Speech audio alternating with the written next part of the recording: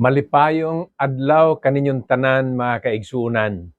Usa ka dako nga pribilehiyo sama sa gihapon ang akong pag-isip niining maong kahigayunan nga magkauban kita aron padayong makatunan ang pulong sa Ginoo gikan dinhi sa Book of Psalms.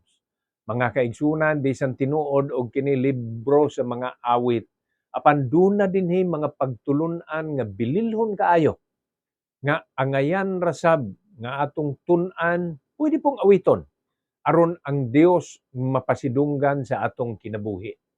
We will now study Psalm chapter 29, the power of the voice of the Lord. Basahon nako ang Salmo 29, 1 ngadto sa 3. Give unto the Lord, O ye mighty.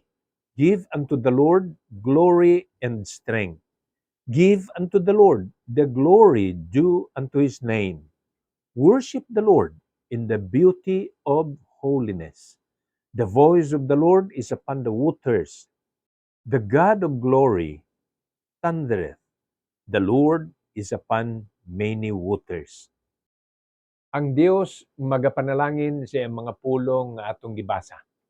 Mga kaigsunan, paminawan nato gani bagayo o gatagan nato og hustong pagsabot nganong kining maong salmo gisulat ug unsa ang iyang buot nga itudlo kanato. Unang-una, akong isulti nga ang mga Bible scholars nagtuo nga sa dihang gisulat kini ni Haring David na ay pagdaot ang panahon. That is how Bible scholars believe that during the writing of this psalm, or maybe the reason that this psalm was written was that David was experiencing an inclement weather. Nagasuggest ang uban nga tingali adunay thunderstorm, adunay lightning, na ang pagkilat, na ang pagdalugdog o dili fair, dili maayo ang panahon. Apan sa gihapon sa kinabuhi ni Haring David, na ang pagpasalamat, pag-ila sa kagamhanan sa aton Dios. Naunta mauni ang magahatag kanato og pagtulun-an nga sa bisan unsang panahon, naaman ang maayong panahon kung fair weather o kaha naa ang ginatawag nato nga disturbances as to the atmosphere, ang panahon mapanganuron o kaha ulanon o kaha mudalugdog og mukilat, kusog ang hangin. Apan sa kinabuhing Kristohanon, sama ni David nga salmista, naa ang pagdayeg, pagtuboy ug paghimaya sa ngalan sa atong Ginoo. The power of the voice of the Lord. Dinhi sa verse 1, makita na sab nato dinhi ang mga pulong nga nagaingon. Give unto the Lord glory and strength. Dinhi giapil ang mga pulong, O ye mighty. Sa mga tao nga nagtuo sila gamhanan, hari naa sa kagahom, hari nga naa sa usa ka mauswagong gingharian.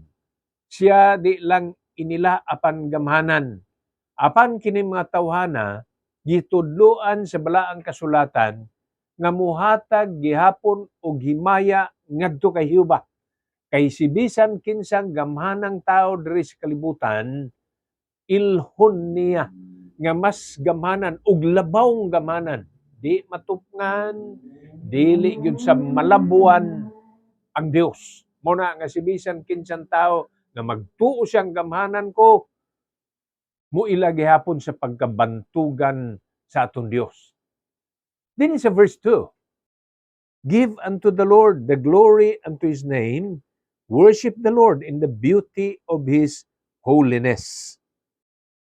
Mauni usab ang sugo sa balaang kasulatan nga ato usab nga ilhon nga sa pagkabalaan sa Dios, angayan siya sa atong pagdayeg ug pagsimba. Ang pagsimba sa iya dili itong naalantas sulod sa templo o sulod sa simbahan nga nagayukbo, nagaila sa iyahang pagkagamanan, apan ang ginasulti dinhi nga paghatag pagdayeg sa Ginoo pagkinabuhi nga nagaila nga kita way mahimo gawas kung pagatabangan ta sa atong gamhanang Dios. Ingon na ang worshiping the Lord. It is giving worth to who God is in our life. Worship is worship. O sa pag-ila nato nga siya bililon sa atong kinabuhi, ipaila nato ug unsa gyud siya ka importante mao na nga ato siya daygon, simbahon ug pasidunggan. Psalm chapter 46, 1-3. Related kini nga salmo ug doon na nasabtay daghang makatunan din akong basahon. God is our refuge and strength, a very present help in trouble. Therefore will not we fear, though the earth be removed, and though the mountains be carried into the midst of the sea, though the waters thereof roar and be troubled, though the mountains shake with the swelling thereof. Mao ni ang salmo nga nagapaila sa pagkalabawng gamhanan sa Dios. Ginasulti nga kadtong reformer nga ginganlan og Martin Luther, gikan siya sa Alemanya kun Germany, ginaila niya ang pagkagamhanan sa Dios. Ginaila niya kining maong mga pulong sa Salmo 46.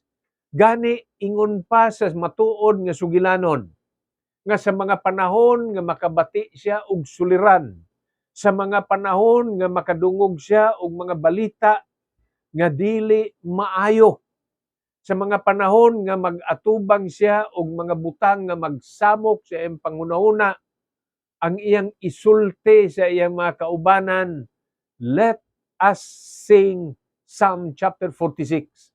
Awit man salmo man kini, maudayon ka na iyang mahinumduman. God is our refuge and strength. Ang Dios mao ang atong dangpanan, ang Dios mao'y atong kusog. O ginaot pa nga ang kada Kristohanon, ikaw igsuon, sa dihang dangatan o nagkalain-laing kalisdanan sa kinabuhi, mahinumdum sa kamatuoran. Nga gamhanan ng Dios, ang iyang pulong adunay kagahom sa pagtuon nato niini ug sa paggamit nato ug pagsunod sa mga pahimangno gikan sa balaang kasulatan, maila nato nga muhatag kini kanato ug kadaugan batok sa bisan unsa nato nga ginaatubang nga suliran. Timan mga kaigsuonan, dili ni pinili lang nga suliran. Apan sa bisan unsang klase nga mga suliran, ngadto-ngadto, kung dili man diha-diha dayon, igahatag sa Dios ang kadaugan sa iyang mga katawhan nga masinulundon ug nagasunod sa iyang mga pahimangno dinhi sa balaang kasulatan. Dinhi sa maong chapter mga kaigsuonan nga ato nabasa, ginasulti dinhi ang mga panghitabo nga pwedeng muabot, mudangat kung naay linog. Though the mountains be carried into the sea. Mao na ang matabo kay kung dunay linog, posible man na. Kung dunay volcanic eruption, posible po na ang bungtod, ang bukid mismo mahanaw tungod sa dako nga pag-ulbo sa bulkan ug pwedeng mahanaw na. Pwede pod nga sa gidak-on sa usa ka volcanic eruption naapoy ni gawas nga isla. Mao na nga mga catastrophe kini nga mahitabo dinagko ni, dili nitong ordinaryo lang nga suliran, wa tay makaon pang paniudto, way makaon pang panihapon, dili ni, but it involves large parts of the world. Usa ka isla, usa ka nasod pwedeng matabo.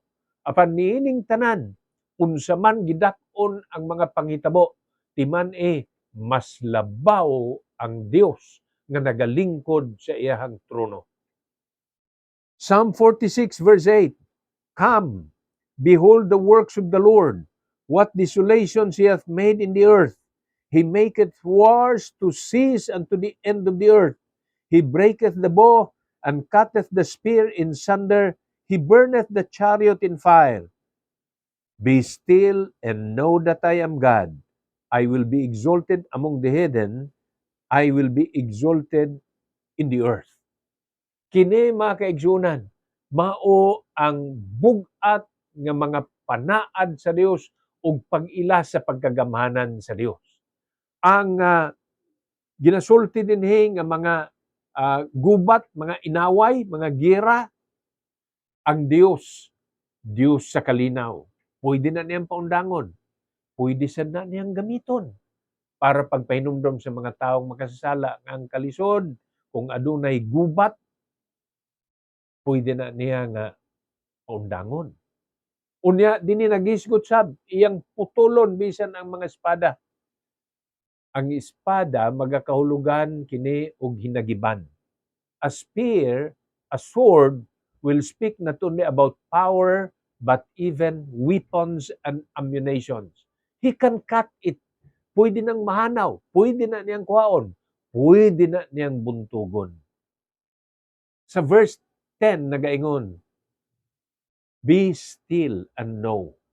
Sayra kini, paminaw, sayra kini, nga ang Dios mao gyapon ang gamhanan sa tanan. Ipadayon na ako ang verse 10, nagaingon, I will be exalted among the heathen, and I will be exalted in the earth.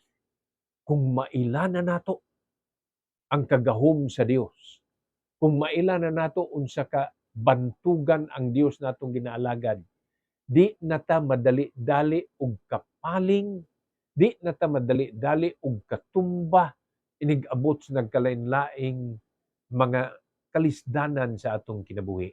Inumdumi, kung ang usa ka Dios nun tao, Martin Luther, makahinumdom nga bisan sa gidakon sa mga suliran, mohinumdom siya, God is our refuge and strength. Ang kada usab kanato, kada usa kanato mga kaigsunan, ikaw mismo, pwede sad makasinati sa kadaugan nga ginatanyag sa atong Ginoo basta maila nato nga gamhanan gayud ang aton Dios. Ang iyang pulong nagdala usab kinig kagahom. Mao na nga tun-an nato ang iyang mga pulong. Sayri nga dinhi naa ang iyang mga pahimangno aron makabatuntan kadaugan sa atong kinabuhi. Tanawa ang atong palibot. Susiha ang imong sitwasyon. Unsa nga kadagkong mga suliran ang nagahadla sa imo. Unsa ang mga suliran ang nagababag sa malipayon nimong pagpangalagad. Apan mga kaigsunan, do what is right. Alang kaninyong tanan, alang kanatong tanan. Maghimo ta og maayo, tun-an nato ang iyang mga pulong, sundon nato ang iyang mga pahimangno, kay mao kini ang muhatag sa atong direksyon paingon sa kadaugan nga iyahang gisaad. There is power in the words of the Lord. Tungod nini, mubalik ta sa Psalm chapter 29 verse 3, second part. The God of glory thundereth, the Lord is upon many waters. Ang Dios, ang iyang tingog, nagalanog-lanog. Labaw pa niini, nagadalugdog. Sa ato pa, madungog. Sa ato pa, masabtan. Sa ato pa, gihatag kini nga pahimangno kanaton tanan. Higala, kung wa pa nimo ni na-eksperyensyahan, pwede nimong maangkon usab kining maong kadaugan. Lamang pangayag pasaylo sa imong sala. Unya, hinulsuli ang imong masala.